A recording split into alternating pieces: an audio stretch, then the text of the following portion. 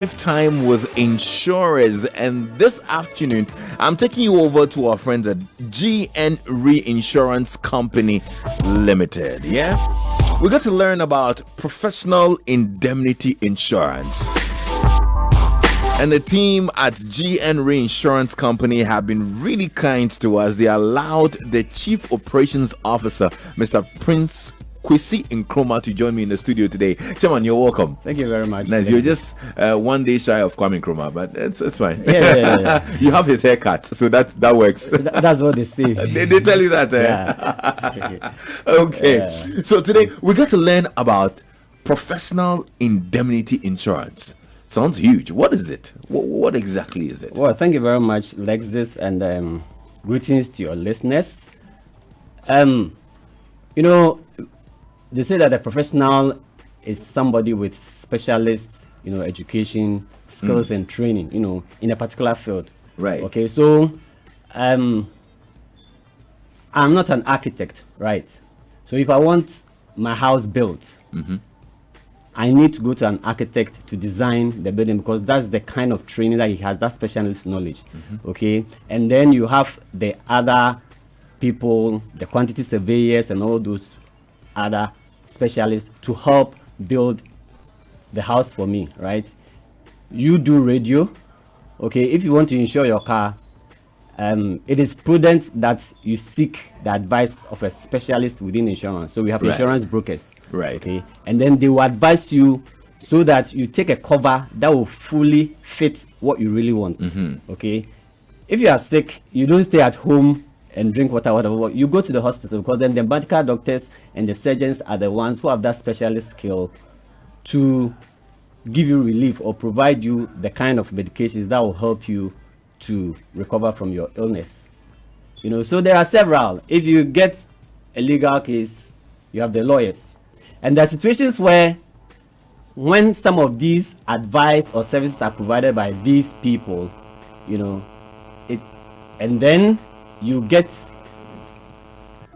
into some kind of loss. For example, the building that is being constructed, collapses. Okay, and then it is investigated and you find out that it's as a result of a defect in the architectural design or a defect in the kind of quantity surveyor's work. Then you have every right to take the architect to court. You have every right to take the quantity surveyor to court. Okay, if you go to the hospital and you are going to seek recovery from the kind of sickness that you have, and rather create more problem for you, you have every right to go to court and take the hospital or the medical doctor involved on and seek some kind of compensation for those kind of losses. Okay, so in such situations where a professional gets into this kind of unfortunate situation unintentionally, more often than not unintentionally, then if the professional has a professional indemnity insurance cover, the insurance company will provide the professional with that kind of compensation. You will pay the compensation on behalf of the professional. So basically, professional indemnity insurance provides that indemnity for professionals, in situations where a claim is made against that professional for loss that the people, due to the advice or the service that they have provided, resulting in a loss. There have been several occasions when we hear about a medical doctor or a nurse finding themselves at the wrong side of the law because of professional negligence. That's what they call it most of the time. So that's actually where the professional indemnity insurance comes in. Exactly. That's what I try to explain. So you realize that in the medical field, there's been several stories where a surgery is done and inadvertently one of the instruments is left within the body of the patient, and it causes damage, injury to the person. This is a clear case of negligence on the part of the surgeon or whoever was involved, and therefore that patient has every right to seek compensation from the hospital or the professional that caused that negligence. So what? Who takes the professional in indemnity cover? Is it the organization or the individual? That the organization take it on behalf of the professionals that they've employed? Yes, it could be both. You know, in the situation where, let's say, I mean, we've started talking about the hospital, so we could still use that as an example. Okay, so when you work within the hospital, you know, the hospital will definitely be legally liable for that kind of injury that would have caused to the patient. Okay, so it's prudent that the hospital, okay, have a professional indemnity insurance cover, which will pay for the kind of compensation that will be needed to pay. You know, you need to pay to the patient for that. But then again, what it means is that so it will be paying on behalf of the professionals that work in the hospital. But these professionals could be working elsewhere, right? So this particular cover that the hospital has will cover for the negligence whilst working within that hospital. Within that hospital. Is that okay? So once you are there and you create that problem within that hospital, you are covered under the organization's professional indemnity. But then if out of that place you go and do your own work, or probably you are in a different establishment where they don't have locum. Exactly. I mean that cover for that hospital will not cover you. So it is important that you as a professional, you have your professional indemnity cover. Okay. And then the organization, as well also gets that. Okay. That, yes. I mean, this sounds like a very expensive policy, because a few of the cases I've heard where they cite professional negligence, the claims that they're making are huge.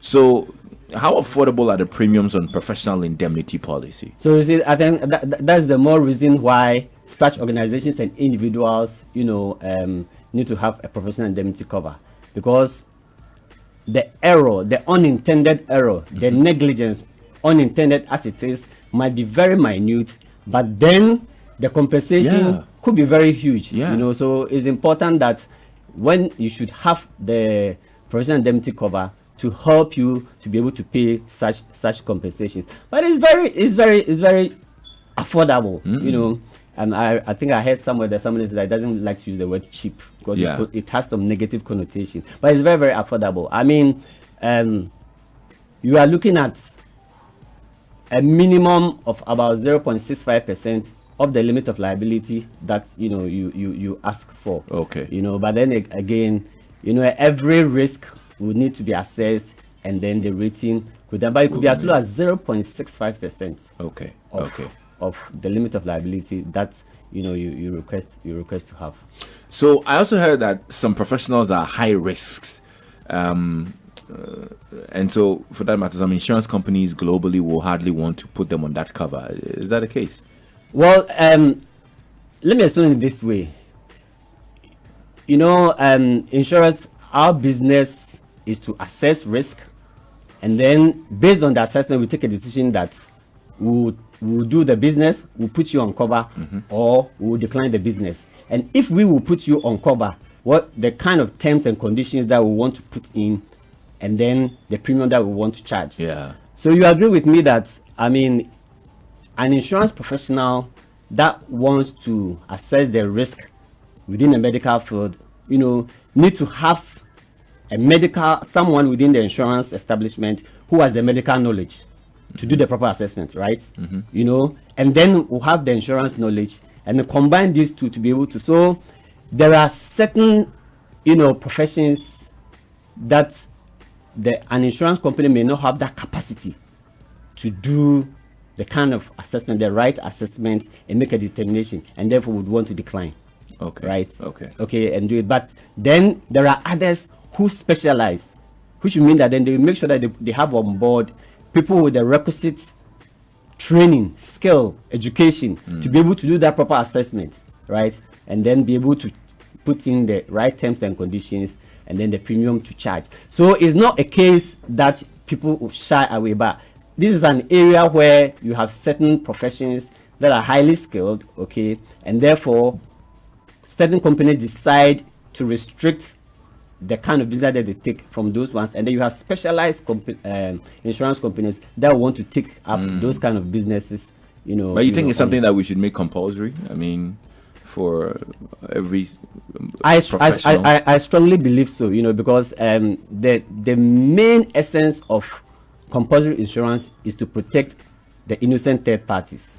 Okay, so an innocent third party goes to hospital, there's a surgery, it doesn't go well due to the negligence, and I always make that point of unintended, because if whatever happens is intended, it is more often than not an exclusion within the policy, because then you have a bad intention, and therefore that one insurance will not cover that. So for an unintended negligence and such situations happen, and imagine that the hospital or the professional doesn't have the money to compensate that innocent third party, that would be very unfortunate. That's true. So in situations where innocent third parties could potentially lose out, then it is important that such insurance policies are made compulsory. Well, good stuff.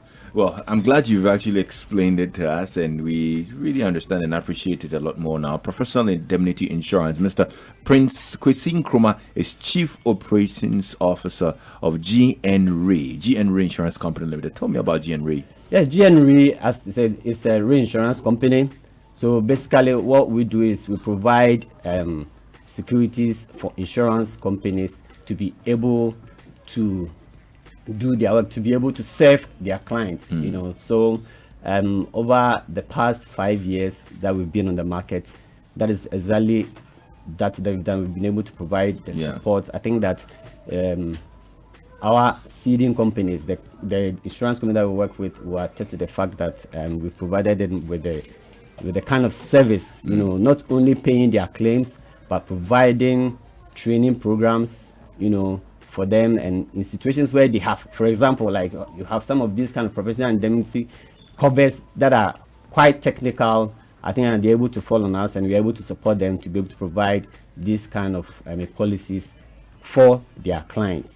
Good stuff. And we've also definitely, being a local Ghanaian company and coming in, we have helped to keep a lot more of our foreign exchange in Ghana, because when most of the time you have foreign reinsurance companies, you have to transfer dollars out and go and pay them. We've done that, and we have also supported the educational system.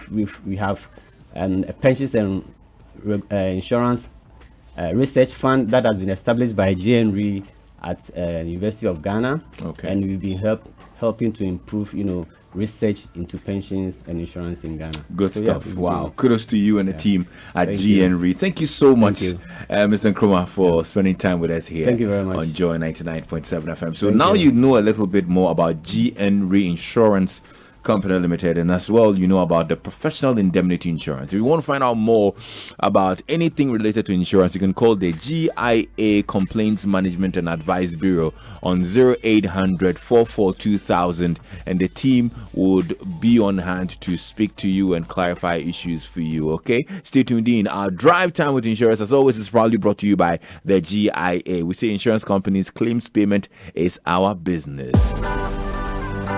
Joy 99.